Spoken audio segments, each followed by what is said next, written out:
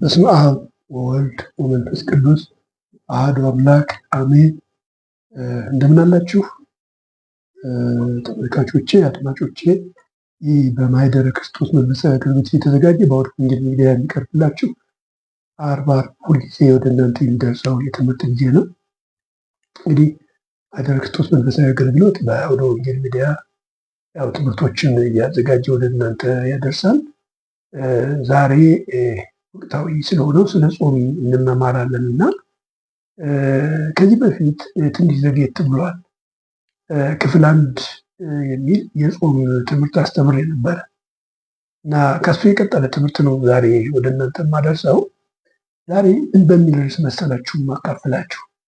እግዚአብሔር የሚፈልገው ጾም እንዴት መጾም እንችላለን? እግዚአብሔር የሚወደው ጾም፣ እግዚአብሔር የሚፈልገው ጾም እንዴት መጾም እንችላለን? ብዙ ሰዎች ጾም ይጾማሉ። ነገር ግን እግዚአብሔር እንደሚፈልገው ነው ወይ የሚጾሙት የሚለውን ነገር ወይም የምንጾመው የሚለውን ነገር የሰዎች ቆም ብለው አያዩ እና አሁን እንዳያችሁት በሁለቱም ሃይማኖቶች ይጾማል። ይህን በክርስቲያኖችም አንዳንዶቹ አልፎ የሚጾሙ አሉ እና ግን እኔ እግዚአብሔር የሚፈልገው ጾም፣ እግዚአብሔር የሚወደውን ጾም እንዴት መጾም እንችላለን የሚለውን የእግዚአብሔርን ቃል አካፍላችኋለሁ። ወደ ትምህርቱ ከመግባታችን በፊት ኢሳይያስ 58ን ማንበብ እፈልጋለሁ። ኢሳይያስ 58 ላይ ተመስርቼ ነው ዛሬ ትምህርት ወደ እናንተ ማደርሰው እና ትንሽ ምናልባት 1954ቱን ይዛችሁ የምታነቡ ሰዎች ግራ እንዳትጋቡ የማነበው በአዲሱ መደበኛ ትርጉም ነው።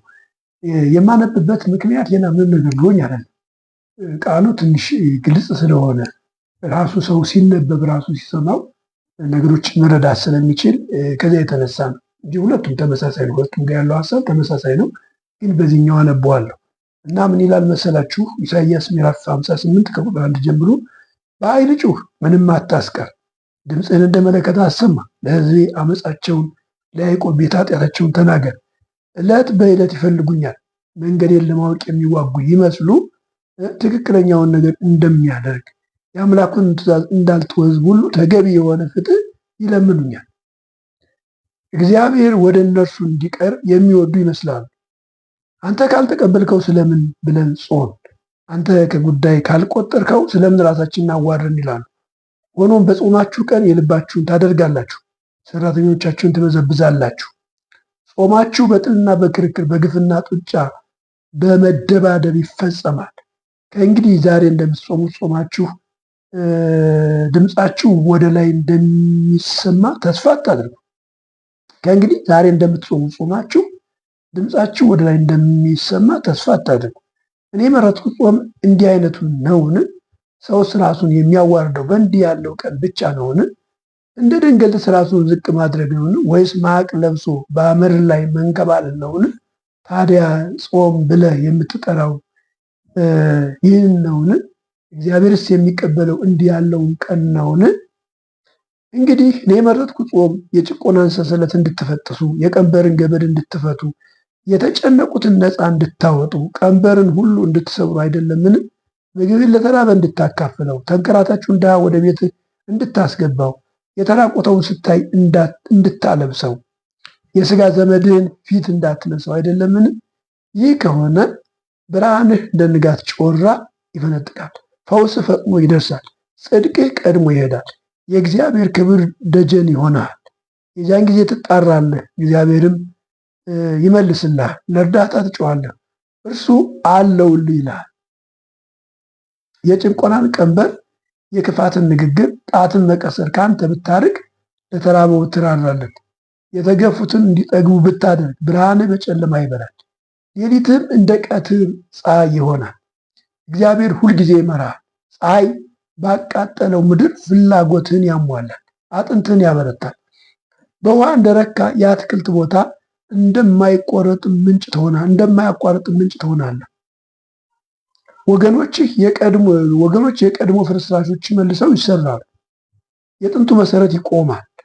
አንተ የተናዱ ቅጥሮችን አዳሽ፣ ባለው አውራ መንገድ ከተሞች ጠጋኝ ትባላለህ ይላል። እግዚአብሔር አምላካችን የተባረከ ይሁን። አሁን ሳነበው እንደሰማችሁት ደስ የሚል ገለጣ አለው የሐዲሱ መደበኛ ትርጉም እና ለዚህ ነው በዚህ ያነበብኩት። ደግሞ በጣም በሚገርም ሁኔታ ጥሩ ገለጣ ነው ያለው፣ ጥሩ በማብራራት ነው ያስቀምጠውና ከዚህ የተነሳ ነው አንዳንድ ጊዜ የእኛ ወገኖች በዚህ ብታነቡ ጥሩ ነው፣ የማይገባችሁ ነገር እንዲገባችሁ ይሆናል፣ ትረዱታላችሁ። አዲሱ መደበኛ ትርጉም ለሰው ቀለል ባለ መንገድ እንዲገባ ተደርጎ የታተመ ነው። ሌላ ልዩነት የለውም። እታች ያለው ማብራሪያ ነው። ማብራሪያውን ያለመቀበል መብት አላችሁ። ማብራሪያውን አትቀበሉም፣ ግን ቃሉ በዚህ ብታነቡ የበለጠ ግልጽ ይሆንላቸዋል። ስለዚህ እግዚአብሔር የሚወደውን ጾም እንዴት መጾም እንችላለን? እንዴት ነው እግዚአብሔር የሚወደውን ጾም መጾም የምንችለው? እንደነገርኳችሁ ቅድም ለማለት እንደሞከርኩት በዚህ ጊዜ በሁሉም አካላት ዘንድ ይጾማል፣ እየተጾመ ነው ያለው። ግን የሚጾመው ጾም እግዚአብሔር እንደሚወደው ነው ወይ? እግዚአብሔር እንደሚፈልገው ነው ወይ? እግዚአብሔር ሰምቶ መልስ በሚያመጣበት አይነት መንገድ ነው ወይ የተጾመ ያለው የሚል ነገር ነው። ይህ እንግዲህ ለእስራኤል ሕዝብ የመጣ መልእክት ነው። በነቢዩ በኢሳይያስ አማካኝነት እግዚአብሔር ለእስራኤል ሕዝብ የተናገረው ነው እና እስራኤላውያን አንድ ጥያቄ ነበራቸው። ጥያቄያቸው ምንድን ነው ካላችሁ ቁጥር 3 ላይ አንተ ካልተቀበልከው ስለምን ብለን ጾም ይላሉ። አንተ ከጉዳይ ካልቆጠርከው ስለምን ራሳችን አዋረድ ይላል። ይህ ጥያቄ ነበራቸው። ይጾማሉ፣ መልስ የለም። ራሳቸውን ያዋርዳሉ፣ መልስ የለም። ወደ እግዚአብሔር ይጮሃሉ፣ መልስ የለም እና ጥያቄ ጠየቁ። ጥያቄያቸው ምንድን ነው ካላችሁ አንተ ካልተቀበልከው ስለምን ብለን ጾም፣ አንተ ከጉዳይ ካልቆጠርከው ስለምን ራሳችን አዋረድ። በዚህኛው ትርጉም ምን ይላል መሰላችሁ? በ1954ቱ ትርጉም ስለምን ጾም አንተም አልሰማህንም፣ ሰውነታችን ስለምን አዋረድ አንተም አልተቀበልከንም ይላሉ። ይህ የነሱ ጥያቄ ነው። ስለምን ጾም? በቃ እየጾምን ነው፣ እየጸለይን ነው፣ ወደ አንተ እየጮህን ነው። ብዙ ጊዜ እንጾማለን፣ ብዙ ጊዜ እንጸለያለን፣ ብዙ ጊዜ ወደ አንተ እንጮሃለን። ለምን አልሰማህንም? በሌላ መንገድ እኔነት በጣም አከብራለሁ፣ አደንቃለሁ። ምክንያቱም ሰው ዝም ብሎ ጹሙ ዝም ብሎ ጸልዮ ከሚሄድ ግን እግዚአብሔር ለምንድን ነው የማይሰማኝ ብሎ ጥያቄ ማቅረብ ወይም ራሱ እግዚአብሔርን መጠየቅ ጥሩ ነው።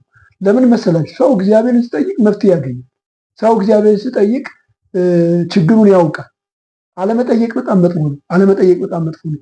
የእኛ ትልቁ ችግራችን እግዚአብሔርን አንጠይቅ። እንጾማለን፣ እንጸለያለን፣ መፍትሄ የማይመጣው ለምንድን ነው ብለን ራሳችንንም አንጠይቅም፣ እግዚአብሔርንም አንጠይቅ እና ይህ ህዝብ እግዚአብሔርን ጠይቀ እና እግዚአብሔርን ሲጠይቅ ምን አለ መሰላችሁ? ነቢዩን ላከላችሁ። ምን ብሎ? በኃይል ጩህ፣ ምንም አታስቀር፣ ድምፅህን እንደ መለከት አሰማ፣ ለህዝቤ አመፃቸውን ንገራቸዋል። በኃይል ጩህ፣ ድምፅን አሰማ፣ ምንም አታስቀር፣ ለህዝቤ አመፃቸውን ንገራቸው፣ ለያዕቆብ ቤት ኃጢአታቸውን ተናገር። ምን ብሎ? ዕለት በዕለት ይፈልጉኛል፣ መንገዴን ለማወቅ የሚጓጉ ይመስላሉ። ትክክለኛውን ነገር እንደሚያደርግ የአምላኩን ትእዛዝ እንዳልተወዝ ተገቢ የሆነ ፍትህ ይለምኑኛል። እግዚአብሔር ወደ እነርሱ እንዲቀርብ የሚወዱ ይመስላል። አያችሁ፣ ህዝቡ እንደዚህ ነው የሚመስል። ህዝቡ ዕለት ዕለት እግዚአብሔርን የሚፈልግ ይመስላል። መንገዱን ለማወቅ የሚጓጓ ይመስላል። ትክክለኛውን ነገር እንደሚያደርግ ይመስላል። የአምላኩን ትእዛዝ እንዳልተወ ህዝብ መስሎ በእግዚአብሔር ፊት ይቀርባል። ታዲያ ምንድን ነው የእግዚአብሔር መልስ ከተባለ፣ ሆኖም በጾማችሁ ቀን ምናችሁን ታደርጋላችሁ? የልቦናችሁን ፈቃድ ታደርጋላችሁ ይላል። በጾማችሁ ቀን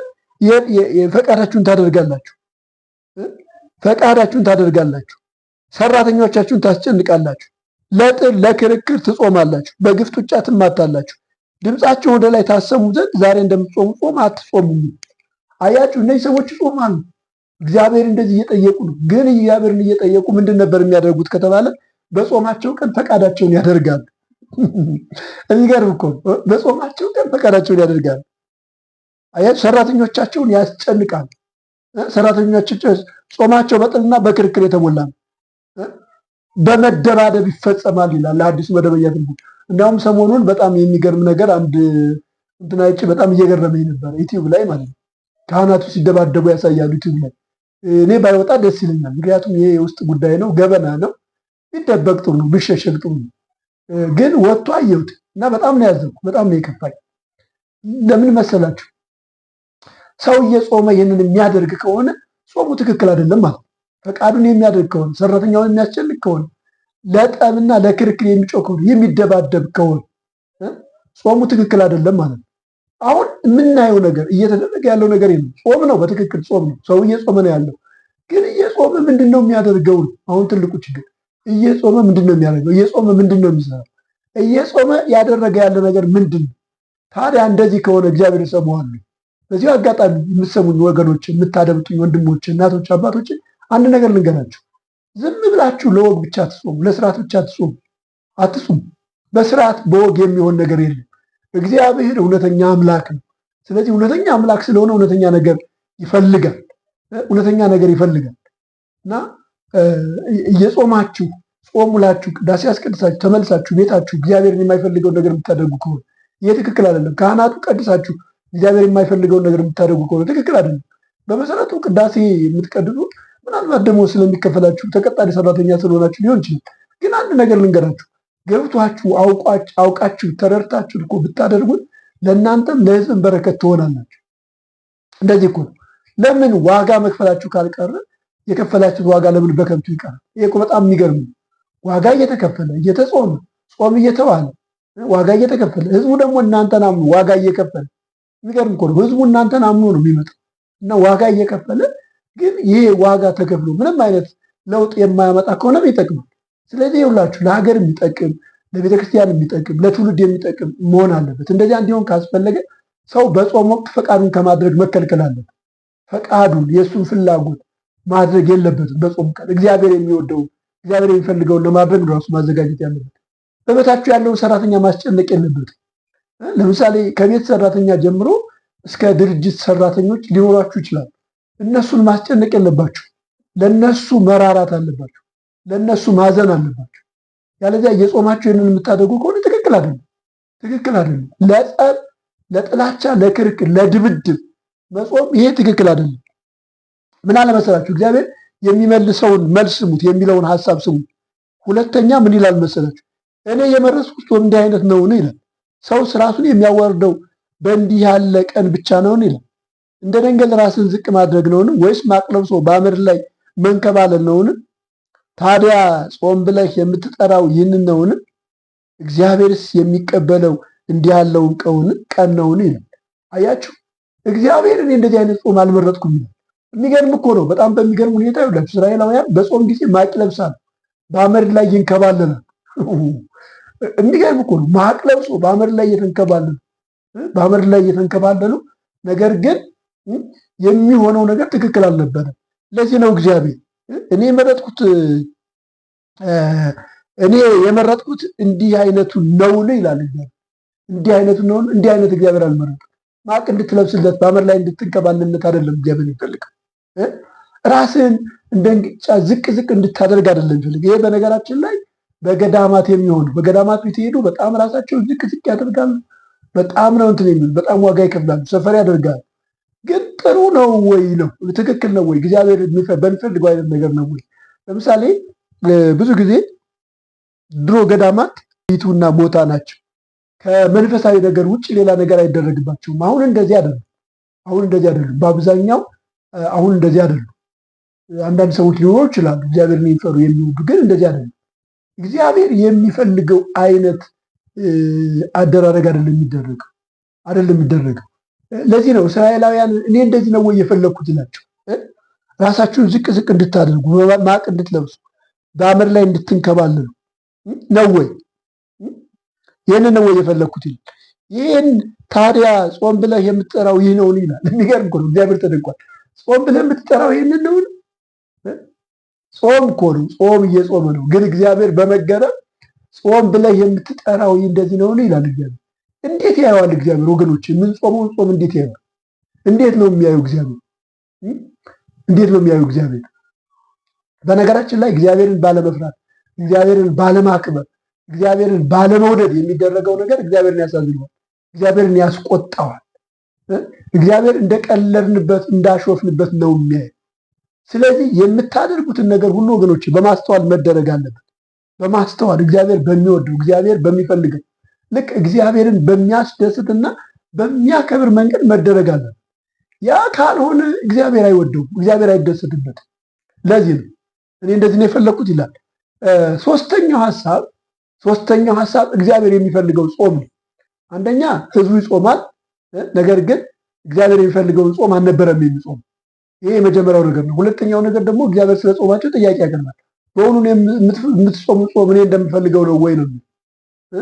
እናንተ ራሳችሁን እያዋረዳችሁ ናችሁ፣ ማቅ እየለበሳችሁ ነው፣ ራሳችሁን ዝቅ ዝቅ እያደረጋችሁ ነው። ግን በእንደዚህ አይነት ጾም እኔ እደሰታለሁ ወይ? ምክንያቱም በመጀመሪያ በአንደኛ ደረጃ ያየናቸው ነገሮች በመጀመሪያ ከጾም በፊት መስተካከል ነበረባቸው፣ ከጾም በፊት መወገድ ነበረባቸው እና እግዚአብሔር አይቶ እግዚአብሔርን የሚፈልጉ ይመስላሉ አለ።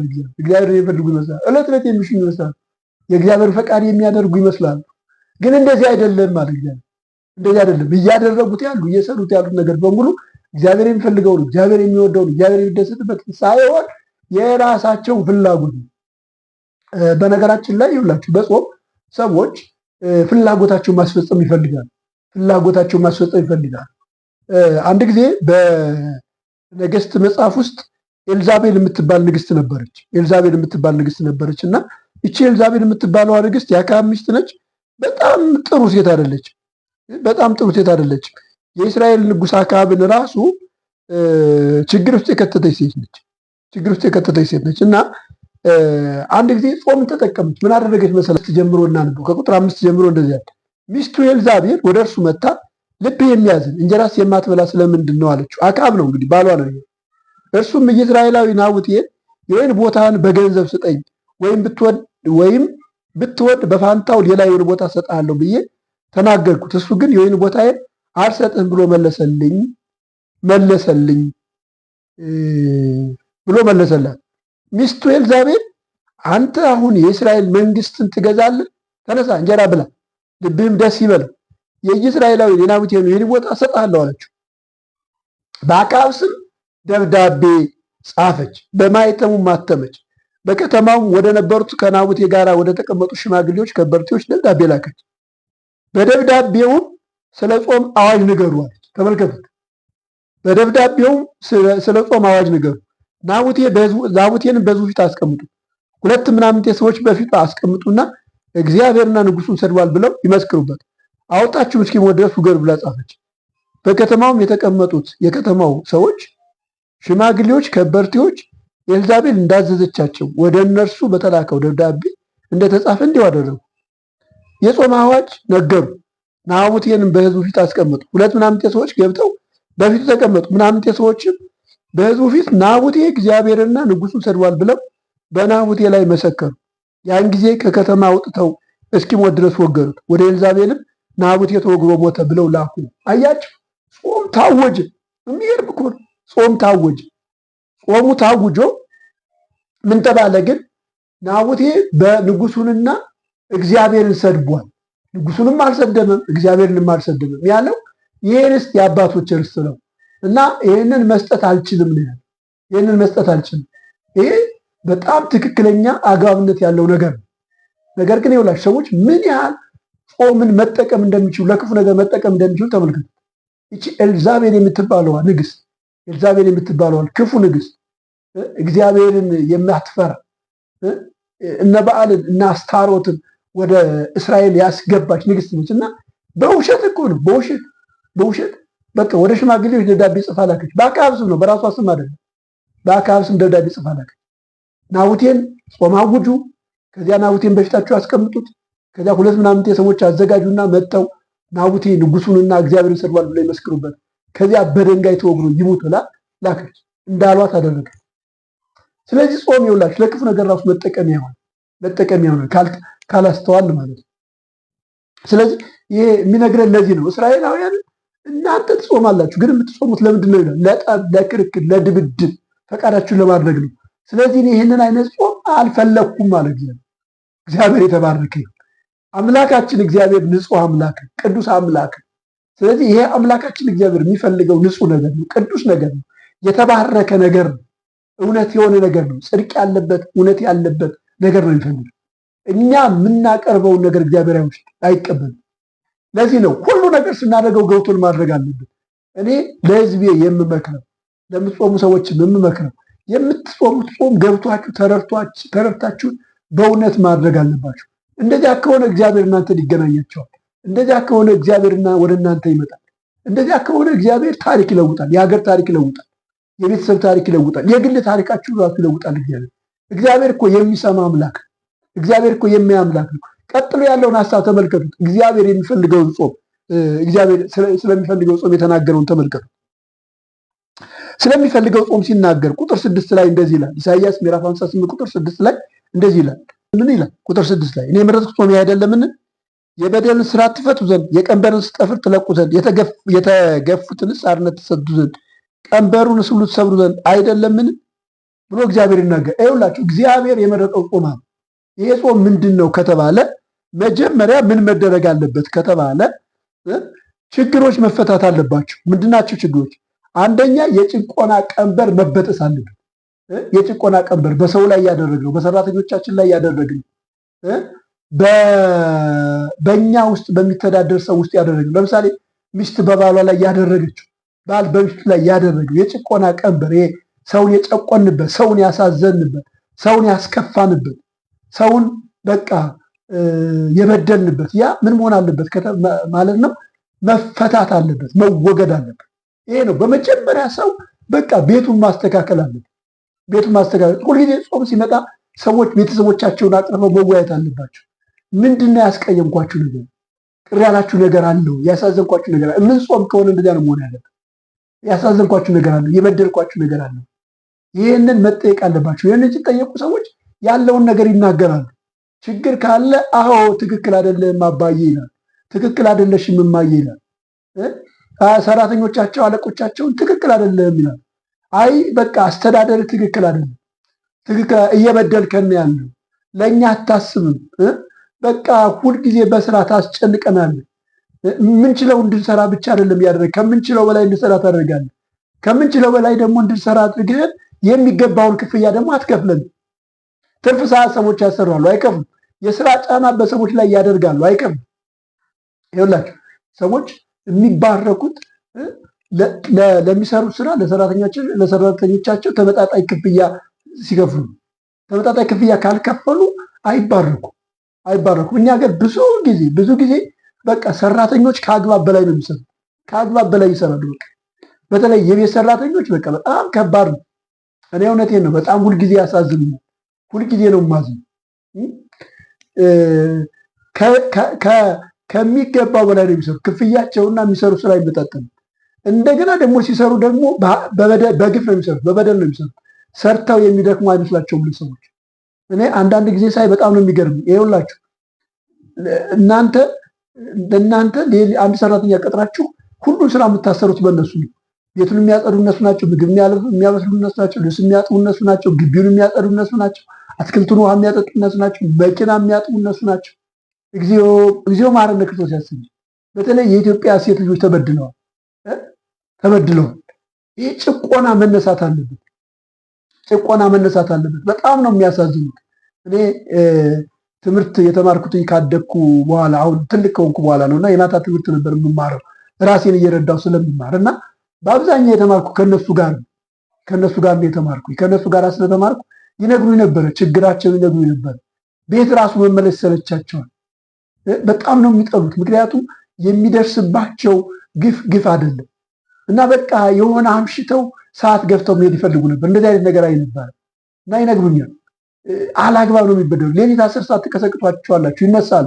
ለእናንተ ለልጆቻችሁ ምግብ ያበስላሉ። ያንን ቋጥረው ምናምን አንስጧቸዋል። እናንተ ወደ ስራ ትሄዳላችሁ። ተኝታችሁ አርፍዳችሁ የምትሄዱ ስራ ከሄዳችሁ በኋላ ደግሞ የቤቱ ስራ ይጠብቃችኋል። ለምሳሌ ቤት ያጸዳሉ፣ ልብስ ያጥባሉ፣ ግቢ ይጠርጋሉ፣ ቤት ይወለውላሉ ምናምን እንደዚህ አይነት ነገር ይሁን። ከዚያ የእናንተን ምሳ ደግሞ ያበስላሉ። እናንተ ስትመጡ እነሱ ስራ ላይ ናቸው። ስትሄዱ ስራ ላይ ትታችኋቸው እንደሄዳችሁ ስትመጡ ስራ ላይ ናቸው። ትመጣላችሁ። እንደገና ከመጣችሁ ደግሞ ለእናንተ ምግብ ያቀርባሉ፣ ለእናንተ ቡና ያፈላሉ፣ ለእናንተ የሆነ ነገር ያደርጋሉ። ከዚያ እናንተ ትተኛላችሁ። እነሱ ደግሞ ያንን እናንተ የተጠቀማችሁበትን ዕቃ በማጠብ ምን በማለት ለነገ የሚሆነው ነገር በማዘጋጀት እስከ 5 ሰዓት እስከ 6 ሰዓት ይቆያል። ከዚያ ደግሞ ተነስታችሁ እንጂ አትነሽ ምናምን ብላችሁ መልሳችሁ ትጮህባችኋላችሁ እና በእነሱ ላይ ግፍ እየተሰራ ነው ያለ። ለዚህ ነው መጽሐፉ የበደልን እስራት ትፈቱ ዘንድ ይላል። የበደልን እስራት ትፈቱ ዘንድ በደል መወገድ አለበት። ከመጾም በፊት በደል መወገድ አለበት። እግዚአብሔር ይህንን ይፈልገዋል። እግዚአብሔር ያየዋል። የቀንበርን ጠፍር ትለቁ ዘንድ በሰው ላይ የጣላችሁትን ቀንበር፣ በሰው ላይ ያስቀመጣችሁትን ጭቆና ማንሳት አለባችሁ። ሰው እየጨቆናችሁ ብትጾሙ እግዚአብሔር አይሰማችሁም። እግዚአብሔር እውነተኛ አምላክ ነው። ይኸውላችሁ ሰው መደለል ትችላላችሁ። መንፈሳዊ ሰው መስሎ ሰው ለሰው መታየት ይቻላል። ግን ይኸውላችሁ በጣም የሚገርመው ነገር እግዚአብሔር ግን አይደለንም። እግዚአብሔር ግን አይታለንም። ጾማችሁ ልትውሉ ትችላላችሁ። ለሰው እንደ መንፈሳዊ ሰው ልትታዩ ትችላላችሁ። ቤተክርስቲያን አካባቢ ሄዳችሁ መንፈሳዊ ስራ ልትፈጽሙ ትችላላችሁ። ግን ከእግዚአብሔር ግን የሆነ ነገር አይገኝም። ከእግዚአብሔር የሆነ ነገር እንዲገኝ ካስፈለገ ምን መሆን አለበት ከተባለ ቀንበር መነሳት አለበት። ቀንበር ከጫናችሁበት ላይ ቀንበር መነሳት አለበት። ሰንሰለት መፈታት አለበት። የሚያስሩ ቀንበር፣ ጭቆና፣ ሰንሰለት እነዚህ የሚያስሩ ነገሮች ናቸው። ሰውን ያሰራችሁበት፣ ሰውን የያዛችሁበት፣ ሰውን በቁጥጥራችሁ አድርጋችሁ እያስጨነቃችሁ ያላችሁበት ይሄ መወገድ አለበት። ይህንን ሳያነሳ ሰው የሚጾም ከሆነ ጾሙ ተቀባይነት የለውም። ሌላ ሁለተኛው ነገር ምግብን ለተራበ እንድታካፍል ይላል። ድሃውን ወደ ቤት እንድታስገባው፣ የተራቆተውን ስታይ እንድታለብሰው ነው ይላል። ይሄ ነው ሁለተኛው ነገር፣ ምግብን ለተራበ መቁረስ። ይኸውላችሁ ምግብን ለተራበ መቁረስ፣ ድሃውን ወደ ቤት ማስገባት፣ ማሳረፍ። ድሮ በሀገራችን ጥሩ ልምድ ነበረ። እንግዶች ቤት ያርፉ ነበር። አሁን ይህ ሁሉ ቀርቷል። ሰው ለራሱ እንጂ ለድሃው ትኩረት የለው እና ድሃውን ወደ ቤት ታስገባው ዘንድ የተራቆተውን ልብሱ ያለቀበት ሰው ልብስ ታለብሰው ነው። አያችሁ እግዚአብሔር የሚፈልገው ይህንን እውነትን መሰረት ያደረገ ለተራበ እንጀራችን እንድንቆርስ፣ የተራቆተውን እንድናለብስ፣ ድሆችን መጠለያ ያሉትን ቤታችን እንድናስጠልል። በሀገራችን በጣም ብዙ ሰዎች ብዙ ቤት አላቸው፣ ብዙ መጠለያ አላቸው። የሚገርማችሁ ነገር ብዙ ቤት እያላቸው የሚተኛበት የለም፣ ግን ብዙ ድሆች በረንዳ ያድራሉ። እኔ የኢትዮጵያን ድሆች ሳይ በጣም ነው የማዝነው። በክረምት ወቅት ዝናብ በላያቸው ላይ የሄደ ሸራ ላስቲክ ለብሰው ያድራሉ። ይሄ እኮ እኛን ያስጠይቃል እኮ። እኛ ብዙ ቤት ኑሮ ማንም የማይተኛ ቤት እያለን 2፣ 3፣ 4 ቤት እያለን ነገር ግን ድሆች መንገድ ላይ ያድራሉ፣ መንገድ ላይ ይወድቃሉ። እና ሀደን በ5 ሳንቲም በ1 ብር በ2 ብር ልናታላቸው እንፈልጋለን። እግዚአብሔር እንደዚህ አይደለም። እግዚአብሔር እንደዚህ አይደለም። 1 ብር በመስጠት 2 ብር በመስጠት ችግራቸውን እንድንፈታ ነው። እግዚአብሔር ሀብት ይሰጠን፣ እግዚአብሔር ብር ይሰጠን። እግዚአብሔር እኛን ሲያበለጽገን ለእኛ ብቻ አይደለም ለእነሱም ጭምር ነው። እነሱ የእኛ ባለዳራዎች ናቸው። ስለዚህ ትርፍ ቤት ሲኖረን ለእነሱ መጠለያ መስጠት አለብን። ቤትም ሰርተን መስጠት አለብን። ቤት ሰርተን እንኩ ብለን መስጠት አለብን። እንዴ እነሱ ሜዳ ላይ እያሉ እንዴት ነው እኛ ክርስቲያናዊ ግዴታችን እየተወጣን ያለን? እነሱ በረንዳ ላይ ሜዳ ላይ ወድቀው እያሉ የተቀደደ ልብስ እየለበሱ እነሱ እየተራቡ እነሱ እንዴት ነው እኛ ግዴታችንን እየተወጣን ያለን? እግዚአብሔር እኮ እንደዚህ ነው የሚያየው። እግዚአብሔር ይኸውላችሁ እንደዚህ ነው። ጥልቅ ነው ህይወት። ከእግዚአብሔር ጋር ያለ ግንኙነት እውነትን መሰረት ያደረገ ጥልቅ ነው። እኔ አንዳንድ ጊዜ አሁን ቅርብ ጊዜ ጥሩ ነገር እያየን ነው። አንዳንድ ሀብታሞች እግዚአብሔር ይባርካችሁ። በዚህ አጋጣሚ እናንተን መባረክ እፈልጋለሁ። እግዚአብሔር ይባርካችሁ። ቤት ሰርታችሁ ለድሆች ስትሰጡ እናያለን በትልኝ። እግዚአብሔር ይባርካችሁ። ለታይታ ይሆንባችሁ። እግዚአብሔር ዋጋችሁን ይክፈላችሁ። በእውነት ይሄ ትልቅ ነገር ነው። ግን ጥቅም ለማግኘት ለጉራ አታድርጉት። ለጉራ ጥቅም ለማግኘት ወይም ለፖለቲካ ፍጆታ አታድርጉት። በፖለቲከኞች ዘንድ ተቀባይነት ለማግኘት አታድርጉት። ከልባችሁ ከውስጣችሁ አድርጉት። እግዚአብሔር ዋጋ ይከፍላችኋል። እግዚአብሔር ልመናችሁን ይሰማል። እግዚአብሔር ጩኸታችሁን ይሰማል። እግዚአብሔር ይህንን በእውነት ከልባችሁ ካደረጋችሁት እግዚአብሔር ለእናንተ እጥፍ ይሰጣል። በነገራችን ላይ መጽሐፍ ቅዱስ ድሆችን ለሚረዱ ሰዎች እግዚአብሔር ይባርካቸዋል። ለድሃ የሚሰጥ ለእግዚአብሔር ያበድራል ነው የሚለው መጽሐፍ ቅዱስ። በተነ ለምስኪኖችም ሰጠ፣ ጽድቁ ለዘላለም ይኖራል ነው የሚለው እና ለድሃ የምናደርገውን ነገር፣ ለምስኪኖች የምናደርገውን ነገር፣ ለተጣሉ ሰዎች፣ ለወደቁ ሰዎች የምናደርገውን ነገር እግዚአብሔር ያየው። ብድራት አለ፣ ይከፍላል። እግዚአብሔር የሚገርማችሁ ነገር ይከፍላል። ዝም ብሎ አያይም እግዚአብሔር። ግን እኛ ግን ተስገብግበን ድሆች ሜዳ ላይ እያደሩ፣ ድሆች መንገድ ላይ እያደሩ፣ ድሆች በየሜዳ ወድቀው ልብሳቸው የሚለብሱት አጥተው ተቀዳዱ፣ የሚበሉት አጥተው እየተራቡ ይላችሁ። የሚበሉት አጥተው እየተራቡ እናንተ ምግብ እያማረጣችሁ ትበላላችሁ። ምግብ ትደፋላችሁ። የሚገርም ነው። ምግብ ትደፋላችሁ። አንዳንዱ ቤት ምግብ ተበላሽቶ ይደፋል። ግን እኮ ድሃ ያለበት ሀገር ነው። የሚበላ ያጣው ያለበት። እኔ አንዳንድ ጊዜ መንገድ ላይ ዳቦ ሲለምኑ ልጆች ያሳዝኑኝ። እኔ ድህነቴን ጠለዋለሁ። አንዳንድ ጊዜ እኔ ድሃ ስለሆንኩ ድህነቴን ጠለዋለሁ።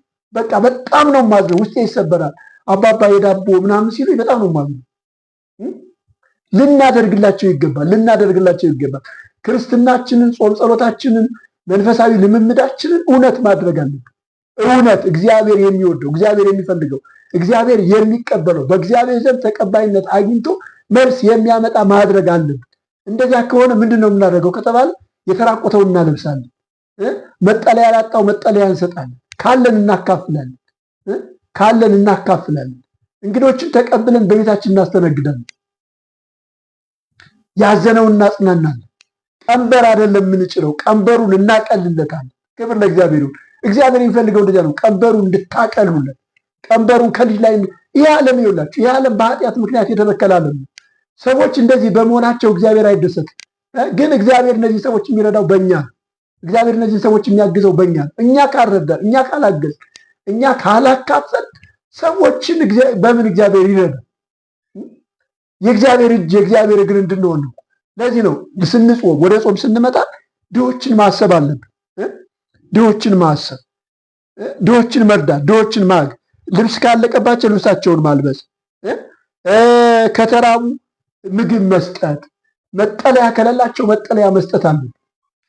እንደው በዚህ አጋጣሚ ከደረሳችሁ ሙስሊም ወገኖች እናንተ በብዙ ነገር ባለጸጎች እንደሆናችሁ አያለሁ። ይህንን ማድረግ አለባችሁ። ዝም ብላችሁ መጾም ብቻ አይደለም። ኦርቶዶክሳውያን ይህንን ማድረግ አለባችሁ። ኢቭን ወንጌላውያን ይህንን ማድረግ አለባችሁ። ብዙ ነገር ያላችሁ ሰዎች ይላችሁ ሀብት ብታጠራቅሙት እዛችሁ ታደዱ። በዚህ ምድር ነው ወታችሁት ምትሄዱ። እዚህ ምድር ነው የሚቀሩ። እንዲያውም ለበይ ነው ወታችሁት ምትሄዱ። ለነፍሳችሁ ዋጋ የሚሆኑ የምትሸለሙበት እዚህ ምድር ላይ ለድሆች ማድረግ ያለባችሁን ስታደርጉ፣ እዚህ ምድር ላይ መርዳት ያለባችሁ ሰው ስትረዱ እና ይህንን ማድረግ አለባችሁ። እግዚአብሔር የሚፈልገው አንዱ ይሄን ጾም የሚፈልገው ይሄን። ሌላው ቀጣዩ ነገር ደግሞ ምንድን ነው ካላችሁኝ፣ እግዚአብሔር የሚፈልገው ሌላ ቀጣይ ነገር ከስጋ ዘመድ እንዳትሸሸግ ይላል። ከስጋ ዘመድ እንዳትሸሸግ ወይም ፊት እንዳትነሳው። ብዙ ሰዎች ምንድን ነው የሚያደርጉት ከተባለ ስጋ ዘመዳቸውን ማግኘት አይፈልጉም። በተለይ ድሃ ከሆነ ገቢ ከሌለው እሱም ማግኘት አይፈልጉም እና ጿሚዎች ናቸው፣ ጸላዮች ናቸው፣ ብዙ እንትን ይላሉ። ግን እነዚያን ሰዎች ማግኘት አይፈልጉም። ስለዚህ ብዙ ሰዎች ስጋ ዘመዶቻችሁ ማየት አይፈልጉም፣ ማግኘት አይፈልጉም። ግን ጿሚ ናቸው፣ ክርስቲያኖች ናቸው፣ ወደ እግዚአብሔር ይጾማሉ፣ ይጸልያሉ። መጽሐፉ ይህንን ነው የሚለው። በጾም ቀን ከስጋ ዘመድ እንዳትሸሸግ፣ ፊት እንዳትነሳው ነው። ፊት እንዳትነሳው ነው። እግዚአብሔር የሚፈልገው ጾም ይሄን፣ ስጋ ዘመድህን እንድትረዳው፣ እንድታግዘው፣ እግዚአብሔር ከሰጠ፣ እግዚአብሔር ከባረከ፣ እግዚአብሔር ለአንተ ካበዛው በረከት ለስጋ ዘመድ እንድታደርግለት፣ እንደ ስጋ ዘመድ እንድታደርግለት። በጣም የሚገርም ነው እኮ ብዙ ሰዎች ስጋ ዘመዳቸው ማየት አይፈልጉም፣ ማግኘት አይፈልጉም እና እንዲያውም ዝምድና የሚመሰርቱት ገንዘብ ካላቸው፣ ሀብት ካላቸው፣ የሆነ ነገር ካላቸው ሰዎች ጋር ነው። እግዚአብሔር ይህን ይፈልገዋል። ምጾም ከሆነ ጿሚ ከሆንክ እግዚአብሔር የምትፈልግ ከሆነ የስጋ ዘመድህን ፊት እንዳትነሳ እግዚአብሔር ይፈልጋል። ለስጋ ዘመድህ እንድትራዳ፣ ለስጋ ዘመድ እንድታደርግለት። በቃ እግዚአብሔር አንተን ባርኮታል። በአንተ እሱ መባረክ አለበት። በአንተ እሱ ከችግሩ ነፃ መውጣት አለበት። አንተ እየበላህ፣ አንተ ደስ ብሎ እየደላህ፣ እሱ መራብ፣ እሱ መራቆት፣ እሱ መቸገር፣ እርሱ መጨነቅ የለበትም። እግዚአብሔር ይህንን ከአንተ ይፈልጋል። እግዚአብሔር ይህንን ከአንቺ ይፈልጋል። እግዚአብሔር ይህንን ከእያንዳንዳችን ይፈልጋል። ስለዚህ እግዚአብሔር የሚፈልገው ጾም ይሄ ነው። እኔ የመረጥኩት ጾም አይደለምን ብሎ በቃ ሰንሰለትን፣ ቀንበርን፣ እስራትን ትፈቱ ዘንድ ይላል አንደኛው። ሁለተኛው ነገር ደግሞ መጠለያ ያጣውን፣ የሚበላ ያጣውን፣ እንደገና ልብስ ያጣውን ታግዝ ዘንድ ነው። ሶስተኛው ነገር ደግሞ የስጋ ዘመድህን ታግዝ ዘንድ ነው፣ ትረዳ ዘንድ ነው። እግዚአብሔር ይህንን ይፈልገዋል። እግዚአብሔር ይህንን ይፈልገዋል። ከዚያ ይቀጥልና እንዲህ አድርገህ ብትጾም ምን እንደሚሆንልህ ውጤቱን ይነግራል። እንደዚህ አድርገህ የምትጾም ከሆነ ውጤቱን ተመልከት፣ ውጤቱን ስማ። ይህ ከሆነ ይላል ብርሃንህ እንደ ንጋት ጮራ ይፈነጥቃል። ቁጥር 8 ላይ ኢሳይያስ 58 ቁጥር 8 ላይ ነው የማነበው እና ምን ይላል መሰላችሁ? እንደዚህ አድርገህ የምትጾም ከሆነ ያን ጊዜ ብርሃን እንደ ንጋት ይበራል። እንደ ንጋት ይበራል ብርሃን። ክብር ለእግዚአብሔር። እንደ ንጋት ክብር ለእግዚአብሔር። አያችሁ፣ ብርሃን እንደ ንጋት ይበራል። ይህ ምን ማለት መሰላችሁ? ህይወታችሁ ይበራል፣ ኑሯችሁ ይበራል፣ መንገዳችሁ ይቀናል። እንደዚህ አድርጋችሁ በእውነት በእግዚአብሔር ፊት ስትቀርቡ እግዚአብሔር ይህንን ያደርጋል። ፈውስ ፈጥኖ ይበቅላል ይላል። ትፈወሳለህ። ችግር ካለብህ፣ የሚያስጨንቅ ነገር ካለ ትፈወሳለህ። ጽድቅ በፊት ይሄዳል፣ የእግዚአብሔር ክብር በኋላ ሆኖ ይጠብቅሃል ይላል። አያችሁ፣ እግዚአብሔር በኋላ ሆኖ ይጠብቅሃል። እግዚአብሔር ከአንተ ጋር ነው የሚሆነው። አንተ እውነተኛ ሰው ነህ፣ አንቺ እውነተኛ ሰው ነሽ። እንዲህ የምታደርጉ ሰዎች እናንተ እውነተኛ ናቸዋ። ስለዚህ እግዚአብሔር ከእናንተ ጋር ነው የሚሆነው፣ ከእናንተ ጋር አይሆንም። ግን እንደዚህ ስታደርግ ነው። እንደዚህ ካልሆነ ዝም ብሎ ነው የሚሆነው። የማይሰማ ጾም፣ የማይደመጥ ጸሎት ነው የምጸለየው። ይሄ ከሆነ ግን እግዚአብሔር ይህንን ያደርጋል። እንደዚህ ነው የሚለው፣ ብርሃን ይበራል፣ ብርሃን ይበራል፣ ጽድቅህ ፈውስ ይበቅላል፣ ጽድቅህ በፊት ይሄዳል። የእግዚአብሔር ክብር በኋላ ሆኖ ይጠብቃል። አያችሁ፣ እግዚአብሔር የተባረከ፣ እግዚአብሔር የሚወደው ነው የተደረገው። እግዚአብሔር ደስ የሚሰኝበት ነው የተደረገው። ስለዚህ ከዚህ የተነሳ እግዚአብሔር ይሄማ ልጄ ነው ይላል። ይህንንማ ማገዝ አለብኝ፣ ይህንንማ መርዳት አለብኝ። መስጠት እንኳ ካስፈለገ ጨምሬ ላይ ሰው መስጠት አለብኝ። እንደዚያ ነው የሚለው። ቅድም የነገርኳችሁ ቃል በተነ ለሚዘራ ዘርን ለሚበላ ምግብን የሚሰጥ እርሱ ነው እና አብዝቶ ይሰጣቸዋል ያበረከትላቸዋል ይላል ጳውሎስ። ቁጥር 8 እና 9 በተነ ለምስኪኖችም ሰጠ ጽድቁ ለዘላለም ይኖራል ተብሎ እንደተጻፈ እግዚአብሔር ሁልጊዜ በነገር ሁሉ ብቃት ሁሉ አግኝታችሁ ለበጎ ስራ ሁሉ ትበዙ ዘንድ ጸጋን ሁሉ ሊያበዛላችሁ ይችላል። ቁጥር 10 ለዘሪ ዘርን ለመብላትም እንጀራን በብዙ የሚሰጥ እርሱ የምትዘሩትን ዘር ይሰጣችኋል። አያችሁ፣ የምትዘሩትን ዘር ይሰጣችኋል፣ ያበረክትላችሁማል፣ የጽድቃችሁን ፍሬ ያሳድጋል። ክብር ለእግዚአብሔር። ይህንን ስታደርጉ ይላችሁ እግዚአብሔር ስለሚደሰት እግዚአብሔር ለእናንተ ጨምሮ ጨምሮ ጨምሮ ነው የሚሰጠው። ይባርካችኋል። ምክንያቱም እንደ እግዚአብሔር ፈቃድ ነው እያደረጋችሁ ያላችሁ። እግዚአብሔር እንደሚወደው ነው እየተደረገ ያለ። ስለዚህ እግዚአብሔር የሚወደውን ነገር ማድረግ በጣም ወሳኝ ነው፣ በጣም ወሳኝ ነው። መጽሐፍ የሚነግረን ይህንን።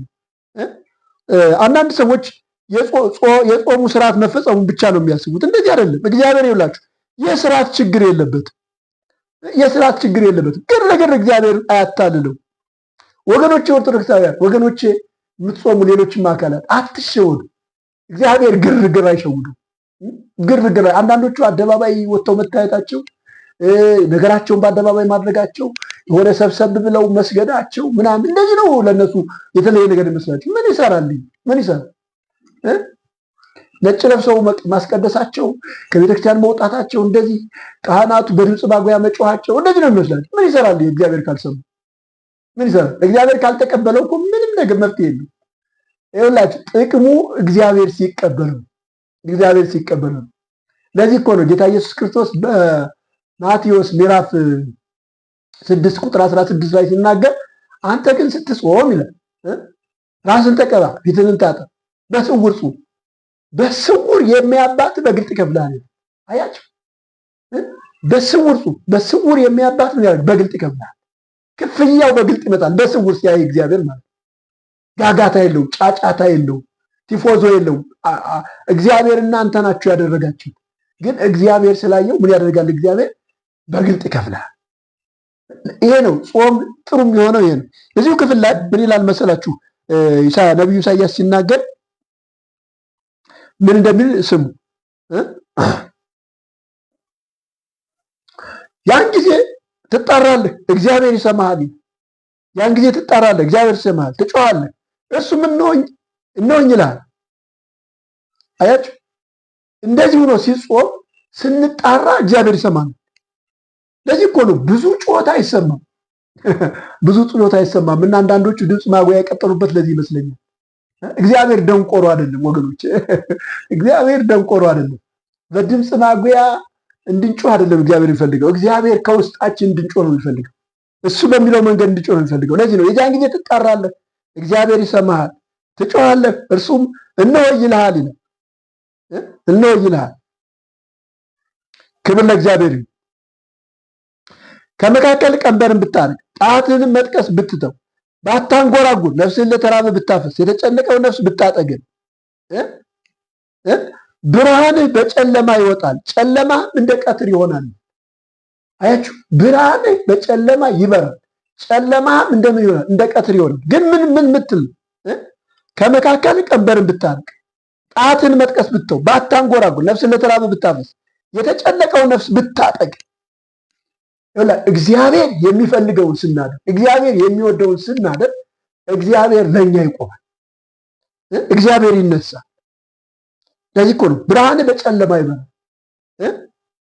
ጨለማህም እንደ ቀትር ይሆናል። ይኸውላችሁ ጨለማ የሚባለው ምን መሰላችሁ? ክፉ ቀን ነው፣ ችግር ነው፣ እኛን የገጠመን ወደ እኛ የመጣ እኛን ያስጨነቀ እንዴት ነው ከዚህ ነገር ልወጣ የምችለው ብለን የምንልበት።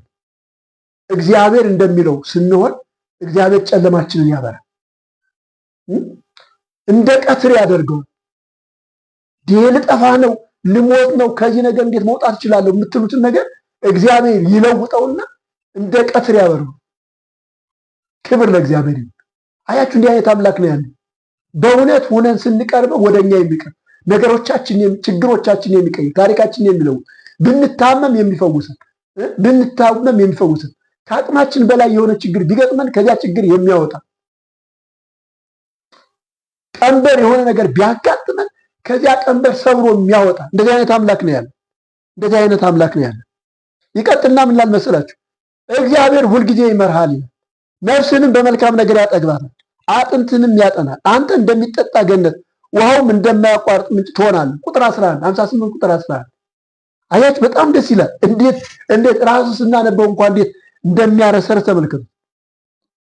እግዚአብሔር ሁልጊዜ ይመርሃል። አይ ከእግዚአብሔር ጋር ስለሆነ እግዚአብሔር ካንተ ጋር ነው። ስለዚህ ይመርሃል። ነፍስንም በመልካም ነገር ያጠግባታል። ነፍስ ሁልጊዜ በመልካም ነገር ትጠግባለህ፣ አጥንትንም ያጠናል። ማትልፈሰፍስ ጠንካራ አንተ እንደሚጠጣ ገነት፣ ውሃውም እንደማያቋርጥ የምትሆን ትለመልማለህ ማለት ነው። ባጭቃ ትለመልማለህ።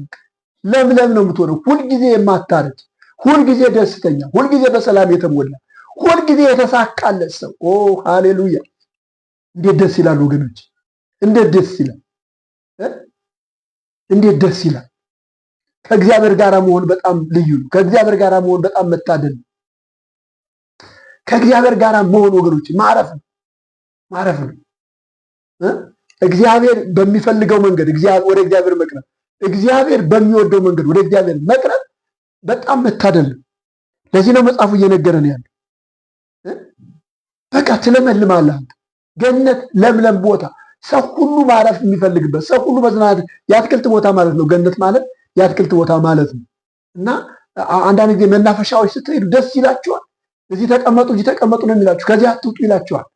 ውስጣችሁ ሐሴት ያደርጋል፣ መንፈሳችሁ ይታደሳል። ክብር ለእግዚአብሔር።